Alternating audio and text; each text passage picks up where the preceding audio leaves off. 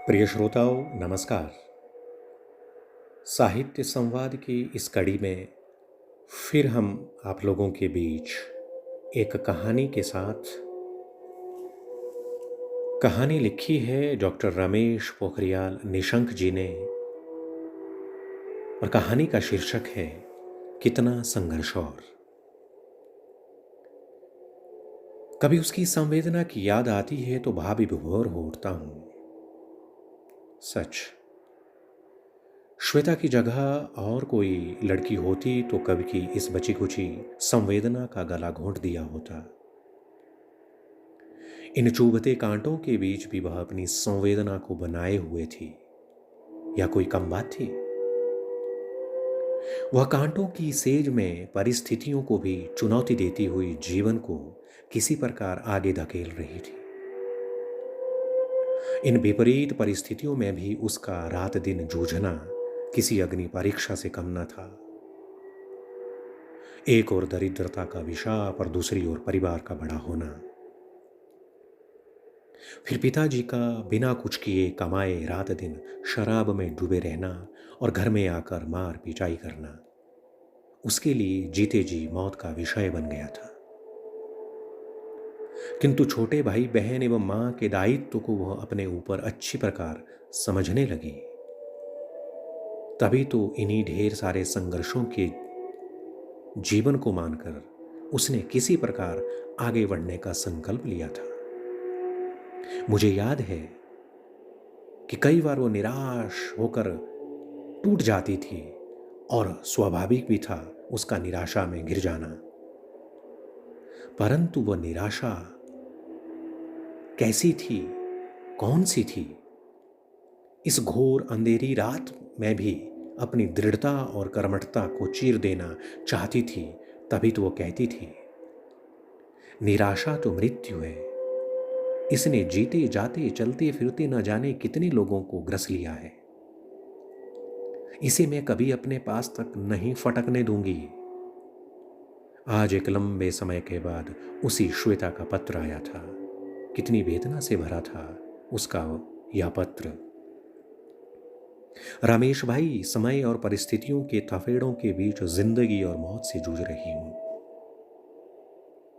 इन्हीं के बीच जूझते हुए मैंने प्रथम श्रेणी तो पा ली है, किंतु मुझे पता है कि इसका कोई लाभ नहीं। जले हुए में नमक छिड़कने का काम करेगी ये श्रेणियां। आज नौकरियां तो खरीदी जाती हैं, यहां योग्यता और पुरुषार्थ का कोई मूल्य नहीं। यदि किसी चीज का मूल्य है तो वह है पैसा, सिर्फ पैसा, जो हमसे कोसों दूर ही नहीं बल्कि हमारी कल्पना के भी बाहर है। रोष व्यक्त करते हुए उसने लिखा था, कभी आपका पत्र आता था तो मुझे सहारा मिल जाता था। कहते हैं ना, डूबते को तिनके का सहारा बहुत होता है। किंतु यहां से जाने के बाद थोड़े ही दिनों में आपने भी भुला दिया हमें। मैं पत्र डालने का आश्वासन को पूरा कर रही हूं। यूं तो मुझे पता है कि अब हम गरीबों को एक पत्र लिखने का समय भी आपके पास नहीं होगा। फिर भी परीक्षा परिणाम से आपको अवगत करा देना मेरा फर्ज है और मैं इसको समझती हूं, क्योंकि पहले हर पत्र में आपने मेरी परीक्षा परिणाम की चिंता की थी। आप ही कहती थी, संघर्ष में पीछे नहीं हटो, सफलता निश्चित मिलेगी। मैं पूछती हूं कि आखिर कितना संघर्ष करूं?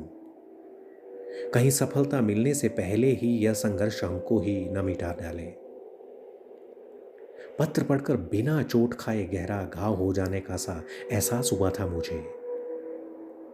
मेरी आंखों में तेजी से श्वेता के बीमार रहने, शराब और जुए में पिता का धन दौलत लुटाने का ही नहीं बल्कि घर की छोटी बड़ी तमाम चीजों को बेच डालने का दृश्य छाने लगा।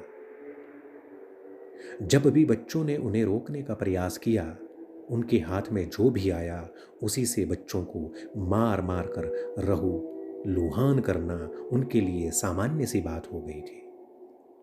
शराब की सी लत ने पूरे परिवार को नरक में धकेल दिया था। इन विषम परिस्थितियों में भी श्वेता का प्रथम आना, न केवल अपने आप में एक अनोखा उदाहरण था, बल्कि अभावों में पल रही कुंठित होती प्रतिभाओं के लिए प्रेरणा का भी विषय था।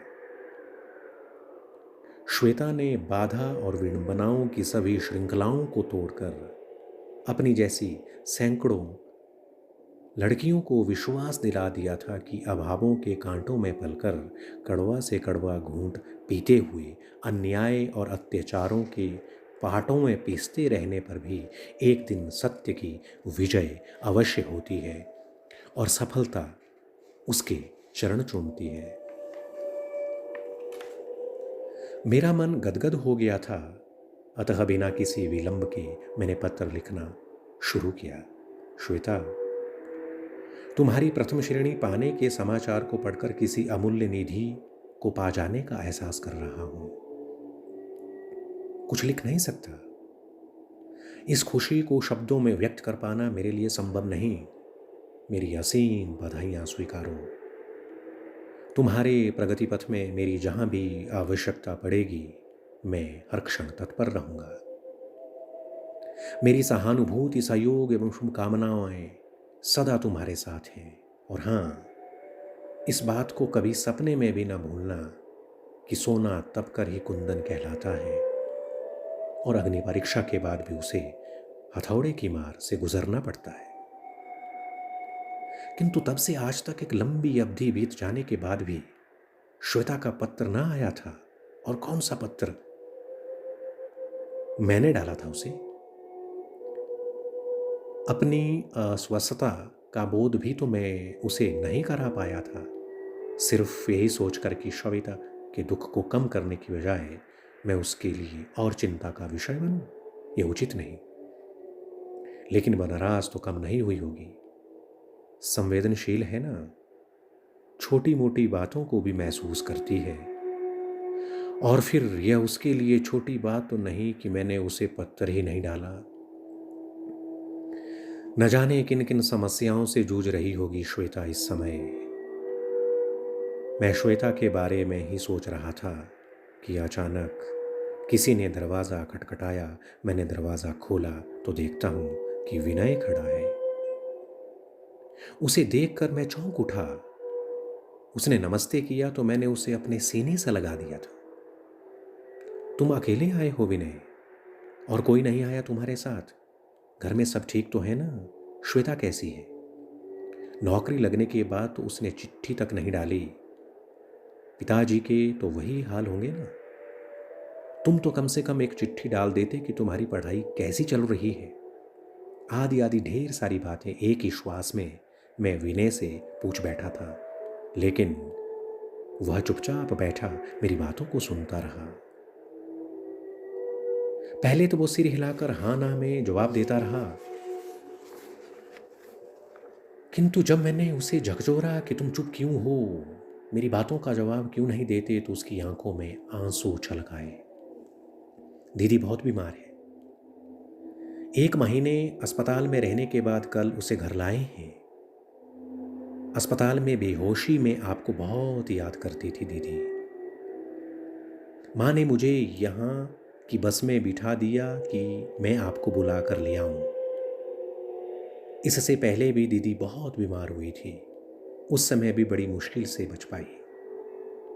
विनय मौन साधते हुए एकाएक किसी गहरी सोच में डूब गया था।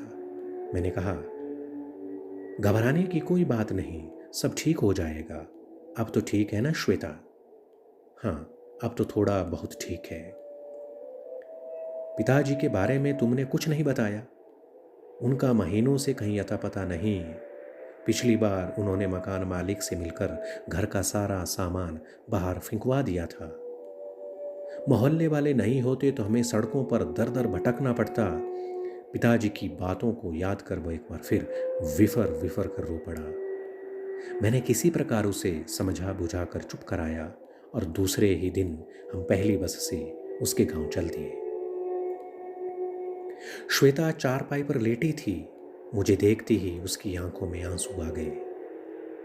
वह कुछ बोल न सकी, किंतु मुझे आंकती उसकी निगाहें कुछ पूछ रही थीं कि रमेश भाई, क्या मेरी मौत के बाद ही आना था?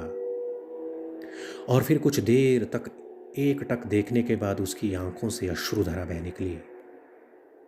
मुझसे श्वेता का रोना न देखा गया और मैं कमरे से बाहर चला आया। इतने वर्षों में आज पहली बार मैंने उसकी आंखों में आंसू देखे थे। वह श्वेता जो कठिनाइयों में भी हमेशा मुस्कुराती नजर आती थी, आज बेबस वो आंसू बहाए जा रही थी। श्वेता की मां शानुताई भी मेरे साथ साथ बाहर चली आई थी। रोकने के बाद भी वह अपने को रोक ना पाई तो मेरा हाथ पकड़कर बोली, रमेश, कब की दुश्मनी निकाली तुमने जो एक कागज का टुकड़ा तक नहीं दिया। कितने तड़पते रहे हम तुम्हारे एक पत्र के लिए। तुम तो कहते थे कि गरीबों से मुझे प्यार और मोहब्बत है। फिर उनकी आंखों से बंधा बाद एकाएक टूट पड़ा अश्रुओं का। रमेश बेटे, किसी तरह जिंदगी जी रहे हैं। ईश्वर ने सारी विपत्ति और विडंबनाएं शायद हमारे ही लिए बनाई हैं। आज तक हिम्मत करके कमर कसा, किंतु अब तो वह हिम्मत भी टूटने लगी है। धैर्य और साहस जिन्हें मैं अपना जीवन समझती थी, दूर, बहुत दूर ओझल होते जा रहे हैं। मेरे बच्चे यदि और लोगों के बच्चे जैसे होते तो मैं न जाने कब की मौत के मुंह में चली गई होती। आज तक कभी भी उन्होंने किसी चीज की हट नहीं की। जैसा जैसा अपना बदन छिपाया, खाने को जैसा मिला संतोष किया। दोनों समय भरपेट उन्होंने खाया भी या नहीं, कौन जानता है। न जाने कितने ही दिन ये अभागे भूखे पेट सोए होंगे, परंतु मेरे समझदार बच्चों ने मुझे आज तक जीने लायक बनाए रखा। भूख की महामारी से बचने के लिए मैंने कौन सा कार्य नहीं किया। फिर भी कई दिन तो पानी पीकर ही संतोष किया इन बदकिस्मतों ने। मेरे बच्चे अपनी गरीबी और असहाय माँ की मजबूरियों को भलीभांति जानते थे, तभी तो कहते कहते उनका गला इतना रूंध गया था कि अब एक एक शब्द मुंह से निकलना भारी पड़ रहा था। बेटे, मेरी श्वेता ठीक हो जाए, बस मुझे कुछ नहीं चाहिए। ये ठीक हो जाए तो अब कुछ करने नहीं दूंगी इसे, चाहे मुझे भीख ही क्यों ना मांगनी पड़े। सारी ट्यूशन छुड़वा दूंगी। इस पगली ने चिंता कर करके अपना नाश मार दिया है। अब तो विनय भी 14 वर्ष का हो गया, अपना पेट भरने के लिए कुछ तो कर ही सकता है। ये श्वेता भी तो जिद्दी है, कहती है भाई बहनों को किसी भी कीमत पर पढ़ाना है। लेकिन अब मैं इसकी जिद चलने नहीं दूंगी, इसे इतनी भागदौड़ नहीं करने दूंगी। कुछ देर तक चुप रहने के बाद आंसू पोंछते हुए बोली, इनकी लिखाई पढ़ाई ही मेरा संबल था, यही तो मेरा सहारा था।